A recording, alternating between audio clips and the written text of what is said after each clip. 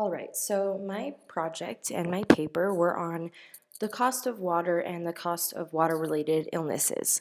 So I started out by looking at the statistics behind these and why it costs so much. The main reason why it costs so much is because for every time that someone doesn't have safe water and they have to be hospitalized, there's a significant amount of money that is required for each hospital stay.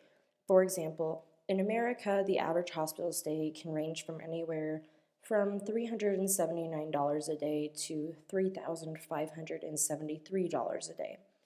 It is significantly more expensive to put somebody into a hospital than it would be to supply him or her with clean water. So basically, it is way more expensive and not as efficient to have to treat people after the fact than it would be to prevent these illnesses. One of the biggest water-related diseases is diarrhea.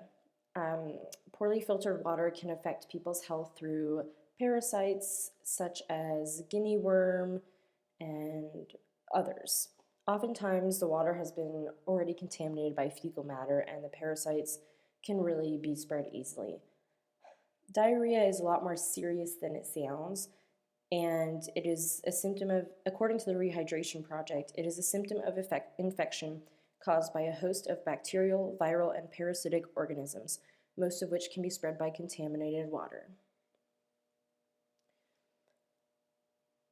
Diarrhea can cause deaths, and it causes deaths all over the world, especially among young children and the elderly population, and it can also cause severe dehydration. The good news is that people are trying to help. Here we see a pie chart of all the deaths among children who are aged 28 days to 5 years, so from neonates to when they're 5 years old.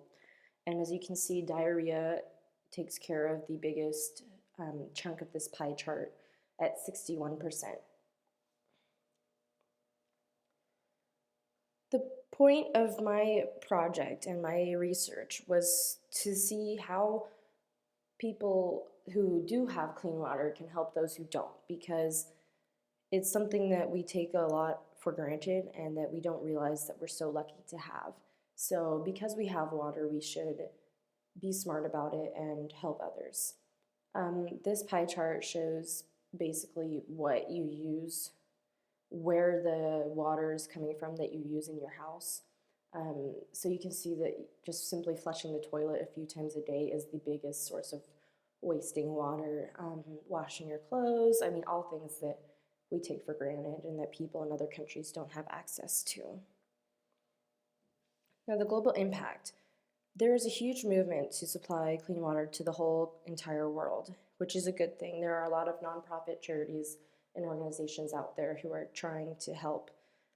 There are places like the Rehydration Project and Clean Water for the World who are trying to make sure that everyone has the same opportunities.